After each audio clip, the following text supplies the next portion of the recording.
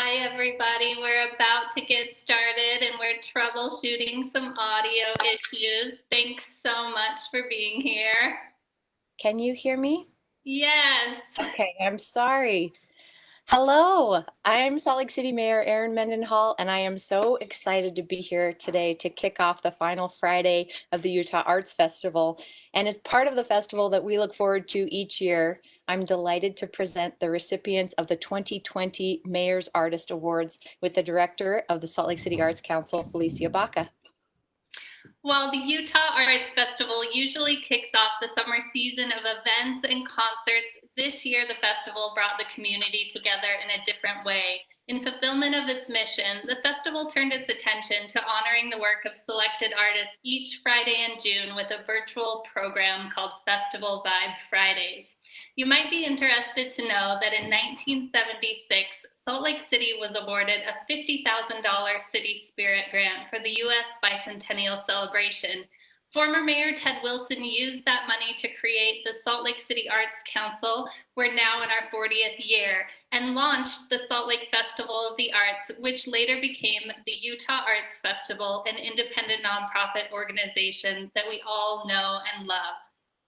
And since 1992, the Mayor's Artist Awards have recognized individuals and organizations who have made an impactful and creative contribution to the residents and visitors of Salt Lake City. This year's recipients embody the values that make our city an engaging, lively, and inclusive place to live. My priorities for Salt Lake City focus on growth for good, ingenuity, environment, and equity and access, all of which are reflected in this year's honorees. I'd also like to recognize the work that many of these individuals and organizations have done specifically to aid their communities, to keep young people connected, or by donating to those in need in the wake of COVID-19 and the national widespread racial injustice movement. Artists and cultural organizations are a critical part of our civic pride, economic activity, and they drive what makes Salt Lake City a unique place to live, work, and to play. During this challenging time, we know more than ever that the arts will be the lever that brings our community back together, to celebrate, to gather, and to belong. So, for each of our recipients, we'd like to tell you a little bit about why we chose them. And we also asked each recipient to answer one of three questions to get to know them a little bit better. So the questions were, one, if you could wave a magic wand for the arts in Salt Lake City, what would you do? Two, the last few months have been incredibly challenging. What have you learned about the power of the arts during this time? Or three, tell us about the first memory you have of art deeply impacting your life. And you can find out more about each of these recipients and the festival at uaf.org. So take it away, Mayor. Our first recipient is Clever Octopus Creative Reuse Center, and here on their behalf is one of their founders, Sherry Gibb. Clever Octopus is the only creative reuse organization in Utah offering unique art and craft materials that are diverted from waste streams of individuals, businesses, and industries. In 2020, Clever Octopus experienced unprecedented growth and expanded its location to a larger building where they hold a variety of classes and workshops. As a nonprofit, they offer incredible community engagement and education, inexpensive art and craft materials, and engagingly unique volunteer programs throughout the community. They create an inclusive community of respect amongst all generations through mentoring and creating together. So thank you, Clever Octopus, for all that you do. Sherry. Thank you, Erin. It's a privilege and a pleasure to be with you today. You know, we noticed that the times have been challenging, but we really feel that the power of the arts are strong. At Clever Octopus, it's been our pleasure to serve our community during these times, you know, of environmental, economic, public health crisis, and the surfacing of inequalities and injustices. Our creative souls are currently troubled and very raw. Excuse me, and we grapple with these injustices. No, nonetheless, we have seen our community use the power of creativity and it has soothed souls. We've seen it create literally visual layers of physical protection, and we've flown banners of support. I'd say as a community, we're off to a good start, but boy, the best is yet to come. Thanks so much, Sherry. So next up is Chandra Benito. Chandra is a social worker, disability rights advocate, trumpet player, and art enthusiast from Seattle, Washington. She's a graduate of the University of Washington Masters of Social Work program and has worked alongside and served many different communities, including individuals with disabilities, people experiencing homelessness, survivors of domestic violence, immigrants, refugees, and Indigenous people. She is proud to identify as a person with a disability as a member of the deaf community. Chandra joined Art Access as the executive director in 2017 and has been an integral part of the Salt Lake fabric and Utah arts community ever since. This year, she launched Breaking Barriers program in partnership with the Division of Arts and Museums to work with organizations along the Wasatch Front to make our cultural community more accessible through training on accessibility. Chandra, congratulations. Thank you so much. Thank you, Felicia and Mayor Mendenhall, and to the whole Arts Council so much for this honor. I'm so grateful for the Arts Council, and I love all of you guys so much. But let's be real, things are very hard right now. But I also think that this is an opportunity for change. I've been thinking a lot about the role of the arts in the call for social change, in the call for justice for Bernardo and Black Lives Matter. I believe that the arts have the power to change hearts and minds and to document things as they are, especially things that we may not want to face. My favorite piece of all time of art is Picasso's Guernica. I have it on my as my laptop screensaver as a reminder that we must use our art to fight for social change and liberation. In order to do that, our arts community must be dedicated to equity, accessibility, and justice.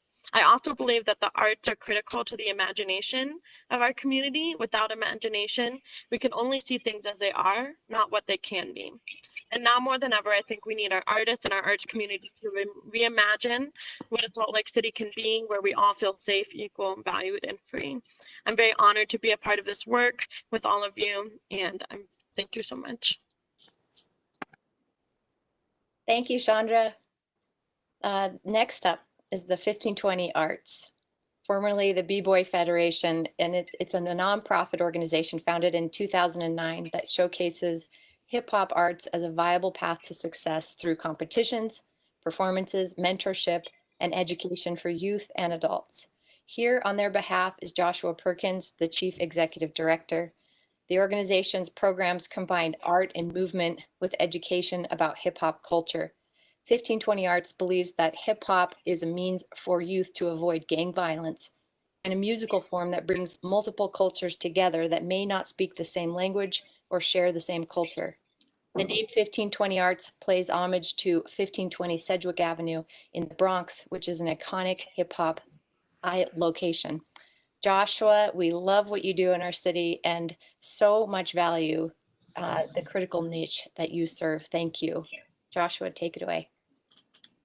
Thank you so much, and we're very grateful to receive this award. It's unexpected, and we're super happy to be a recipient and to be able to stand alongside all the other great artists in our community. If I were to wave my magic wand for Salt Lake City Arts, though, I would really love to see more diverse cultural representation at higher levels of art. I think we have a very diverse community here in Salt Lake City and Utah. But when it comes to, maybe higher tiers of professional level art, I would love to see more cultural representation at that level. It would be really amazing to see, the Echoes or Capitol Theater filled with people that are interested in seeing art and music and culture from different countries, as well as other cultural organizations that represent our city here. It's a tricky thing. It's definitely doable. It already happens to some degree, but again, if I'm waving my magic wand,